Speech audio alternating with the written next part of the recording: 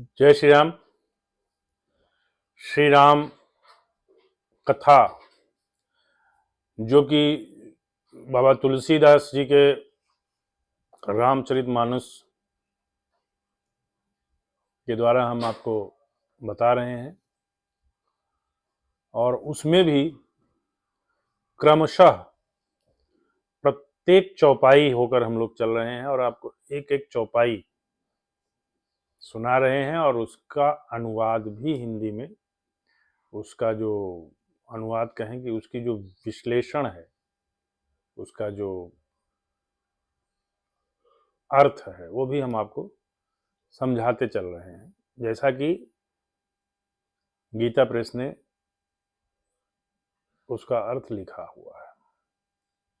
अभी हम बालकांड में हैं और बालकांड के दोहा नंबर 30, जो कि दोहा नंबर 30 हमने कल के अंक में वहां तक का आपको सुनाया था, और आज दोहा नंबर 30 के बाद की चौपाई से हम लोग प्रारंभ कर रहे हैं। जय श्री राम। तदपि कहीं गुर बारहि बारा, समुझि परी कछु मति अनुसारा। भाषा बद्ध करबी मैं सोई, मोरे मन प्रबोध जेहि होई।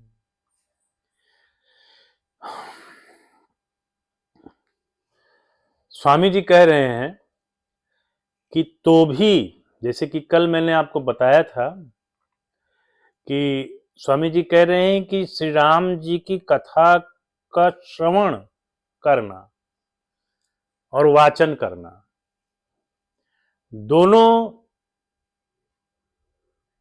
बहुत ही ज्ञान की विधा है। ज्ञानी नहीं है व्यक्ति तो न वो उत्तम ढंग से कथा का वाचन ही कर सकता है, और अगर ज्ञानी नहीं है तो वो श्रवण भी नहीं कर सकता। श्रवण अर्थात कि उसको समझ नहीं सकता, है ना। और वो स्वयं के बारे में कह रहे हैं कि मैं कलयुग के पापों से ग्रसा हुआ महामूढ़ जड़ जीव भला उसको कैसे समझ सकता था। स्वामी जी ने अपने आप को क्षुद्र बताया है,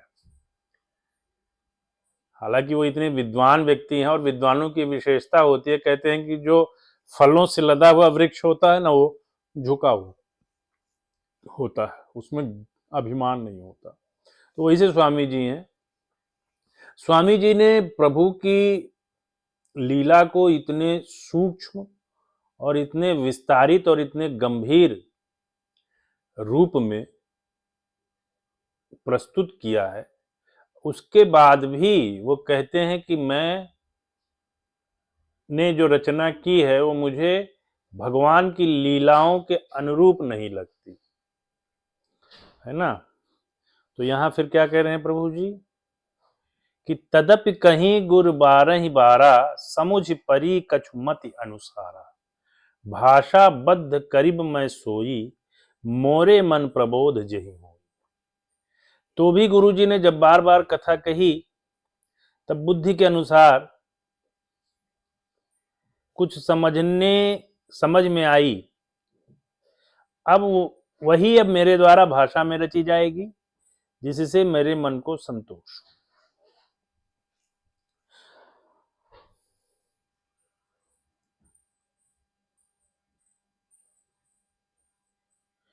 जस कहूं बुद्धि विवेक बल मेरे, तस कहायूं हिय हरि के प्रेरे। निज संदेह मोह भ्रम हरनी करऊं कथा भव सरिता तरनी। जैसा कुछ मुझ में बुद्धि और विवेक का बल है, मैं हृदय में हरि की प्रेरणा से उसी के अनुसार कहूंगा। ये गोस्वामी तुलसीदास जी स्वयं कह रहे हैं। मैं अपने संदेह, अज्ञान और भ्रम को हरने वाली कथा रचता हूं, जो संसार रूपी नदी के पार करने के लिए नाव है। गोस्वामी जी इस रामचरितमानस में जो प्रभु जी का उन्होंने महिमा वर्णन किया है, वो कह रहे हैं कि यह जो रचना है, यह ऐसी रचना है कि इसे अगर आपने पढ़ा और पढ़ के समझा तो आप इस संसार रूपी नाव से, इस संसार रूपी सागर को इस रामचरितमानस रूपी नाव में बैठ करके पार कर सकते हैं। ठीक है, कैसे पार कर सकते हैं? पुस्तक में जो संदेश हैं, पुस्तक से जो ज्ञान मिलता है, उससे आप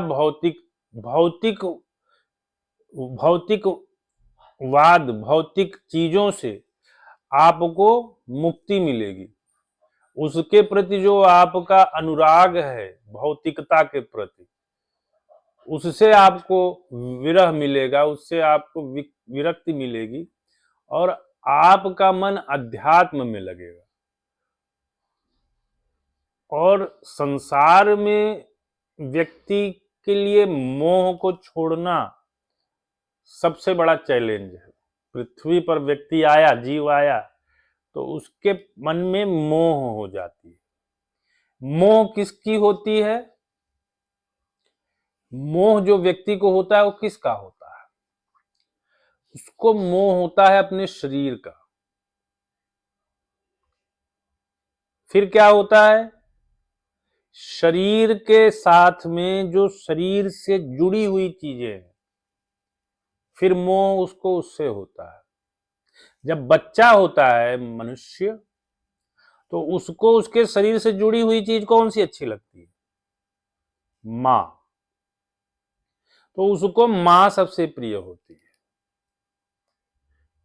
बहन, भाई, बच्चे को यही सब प्रिय होते हैं, मां, बहन, भाई।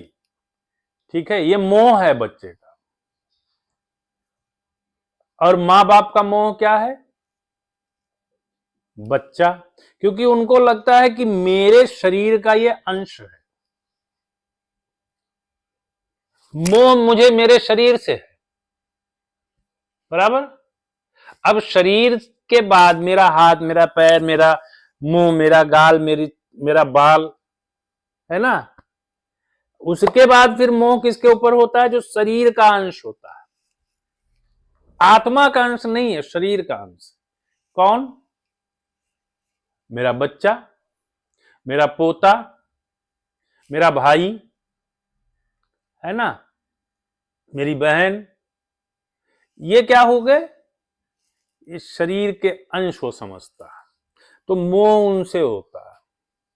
ठीक है, और यही मोह की जकड़न में व्यक्ति तब तक रहता है जब तक यह शरीर छूट नहीं जाता, है ना। यह शरीर का मोह व्यक्ति को इस संसार में, इस माया जगत में तब तक नहीं छोड़ता जब तक वो यह शरीर नहीं छोड़ देता। तो तुलसीदास जी ने क्या कहा कि जब यह ग्रंथ आप पढ़ेंगे तो आपको इस चीज की जानकारी होगी कि शरीर का महत्व आपके लिए कितना है, क्योंकि तब आप अपने आप को जान पाएंगे। अभी आपका मतलब क्या है? आपका जो स्वरूप आपको दिखाई पड़ रहा है ना। जब आप आईने के समक्ष खड़े होते हैं तो आपका मतलब आपको क्या लगता है? ये मेरा शरीर, ये मेरा आकार, ये है मैं हूं। लेकिन उस मैं में आप अपने कपड़े की गिनती करते हैं क्या? जब आप अपने मैं की बात करते हैं, जब आप अपने आप की बात करते हैं, तो उसमें आप अपने कपड़े की बात करते हैं क्या? ये कपड़ा आप अपने आप को इस शरीर से, इसका रिलेशन खाली इतना है कि आपका उपभोग्य है ना? किंतु जब आप इस चीज को जान जाएंगे कि ये शरीर भी आपके इसी कपड़े के समान है, उपभोग्य है, तो इस शरीर से आपका मोह भंग होगा। और जब तक आपका मोह इस शरीर में लगा हुआ है, माया में लगी हुई है, तब तक आप अध्यात्म की तरफ नहीं जुड़ पाएंगे, है ना? तो जब तक आप अध्यात्म से नहीं जुड़ेंगे, तब तक इस शरीर के, जो कहते हैं ना, इस पृथ्वी संसार के सागर से आप पार नहीं पा पाएंगे। इसको जब आप पढ़ेंगे तो इसमें ये सार है, इसमें ये एसेंस है, इसमें ये तत्व है कि वो आपको ये बताएगा, आपको इस चीज का बोध कराएगा, ये शरीर आपका जो है ये भौतिक है ना? ये क्या है? ये भौतिक है। ये अभी एक कपड़े के समान ही है। ये कपड़े की एज होती है 2-4 महीने, साल भर। आपके शरीर की एज 100 साल है, 50 साल है, 80 साल है। उसके बाद इसको भी आपको त्यागना है। अच्छा, कपड़ा आप बार बार बदल सकते हैं, क्योंकि ये जो है एक कपड़े से दूसरे कपड़े में आप परिवर्तित कर सकते हैं, लेकिन कुछ चीजें होती हैं जो कम बदली जा सकती हैं। जैसे घर है, अब घर रोज कोई बदल पाता है? जैसे कि जो है अपने परिवार के लोग हैं, उनको नहीं बदल। ऐसे शरीर है, शरीर आदमी बदल नहीं सकता। अगर वो उसके वश में होता कि मैं शरीर भी बदल के दूसरे शरीर में चले जाऊं, तो जो आदमी बुढ़ा होने लगता है या स्किन खराब होने लगती है तो क्रीम लगाता है ना, स्किन को सही रखने के लिए। लेकिन यदि उसके बस में ये होता कि अब ये स्किन जो है थोड़ी ढीली पड़ रही है, या झाइयां आ गई है, या काला पड़ रहा है, तो अभी अगर ये ऑप्शन होता कि इसको चेंज कर लो, आपकी बॉडी चेंज करके दूसरी बॉडी में आ जाओ, थोड़ा सा नया लुक आ जाएगा, आदमी कर लेता, लेकिन वो उसके बस में है नहीं। तो वैसे ये शरीर क्या है? उपभोग्य है। यह यूनिवर्सल नहीं है, शाश्वत नहीं है, ठीक है? किंतु यह मनुष्य को समझ में नहीं आता, और इन ग्रंथों को पढ़ने से, संतों के संगत से यह चीज समझ में आती है आदमी को, और तब उसे उस सर्वशक्तिमान से जुड़ने में आसानी होती है, जो इस संसार रूपी जो माया है, इससे आपको पार लगाता है। ठीक है? यही भगवान ने कहा है इसमें कि आप अगर इस ग्रंथ को पढ़ते हैं तो आपको इस माया रूपी सागर से पार करने में ये नाव का काम करती है।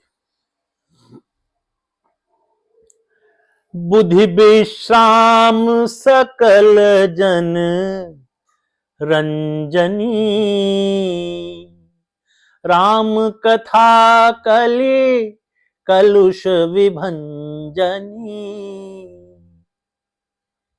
राम कथा कली पन्नग भरनी, पुनि विवेक पावक कहु हरनी।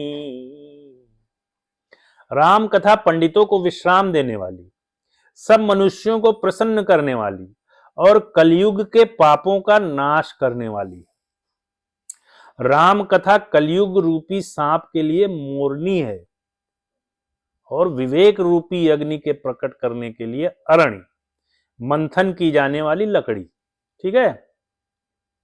अर्थात इस कथा से ज्ञान की प्राप्ति होती है।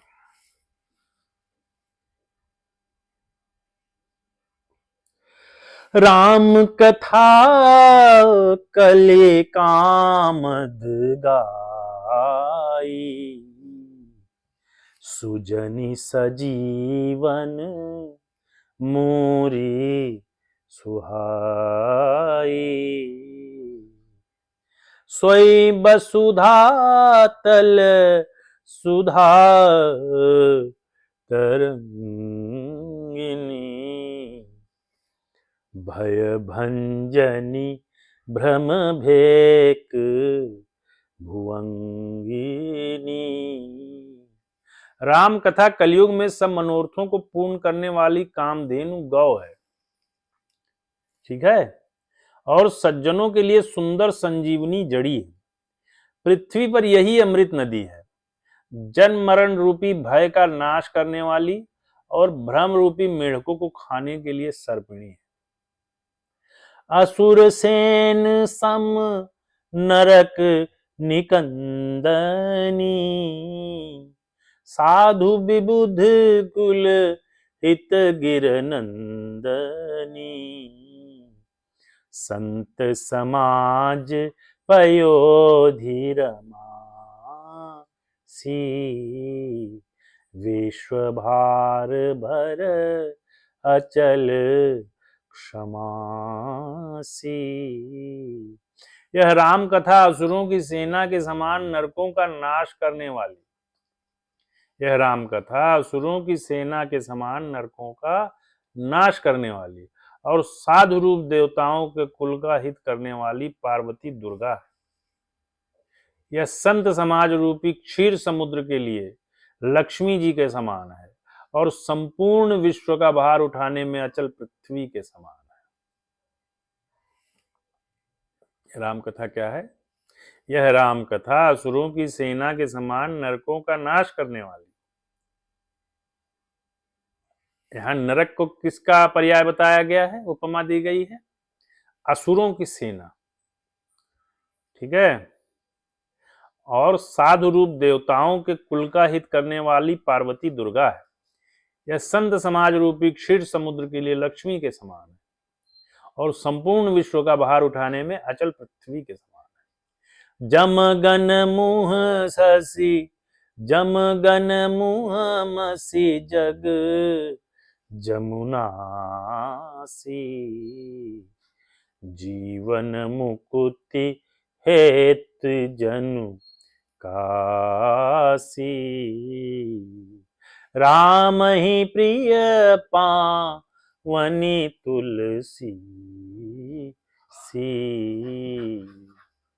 तुलसीदास हित हिय हुलसी सी। यमदूतों के मुख पर कालिख लगाने के लिए जगत में यमुना जी के समान है।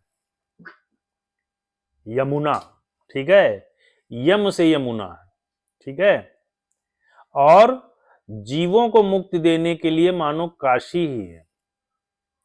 काशी क्या है? काशी वह स्थान है जहां लोग कहते हैं कि मरने के बाद यदि काशी में जिसकी चिता जलाई जाए तो उसको सीधे मोक्ष की प्राप्ति हो जाती है, मुक्ति हो जाती है उसकी, ठीक है। यह श्री राम जी को पवित्र तुलसी के समान प्रिय है और तुलसीदास के लिए हुलसी, हुलसी कौन थी? तुलसीदास जी की माता थी, उनका नाम था हुलसी। तो वो कह रहे हैं कि मुझे यह कथा मेरी मां के समान लगती है, प्रिय है।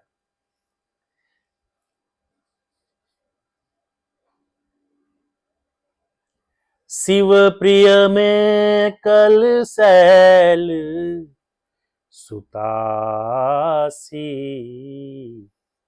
सकल सिद्धि सुख संपत्ति राशि, सद्गुण सुरगन अम्ब अदिति सी, रघुबर भगति प्रेम परिणति सी। यह राम कथा शिव जी को नर्मदा जी के समान प्यारी है। यह सब सिद्धियों की तथा सुख संपत्ति की राशि है। सद्गुण रूपी देवताओं के उत्पन्न और पालन पोषण करने के लिए माता अदिति के समान है। श्री रघुनाथ जी की भक्ति और प्रेम की परम सीमा सी है। ठीक है। राम कथा मंदाकिनी चित्रकूट चित चारु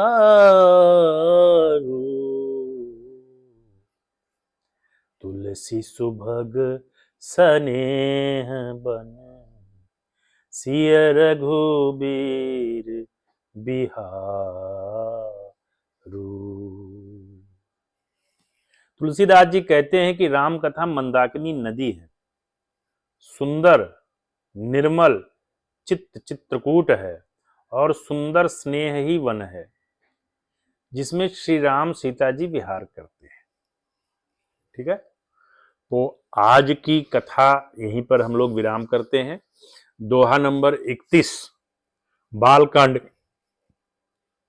बालकांड के दोहा नंबर 31 पर हम इसको विराम कर रहे हैं और कल पुनः दोहा नंबर 31 से आगे की कथा को प्रारंभ करेंगे। जय श्री राम।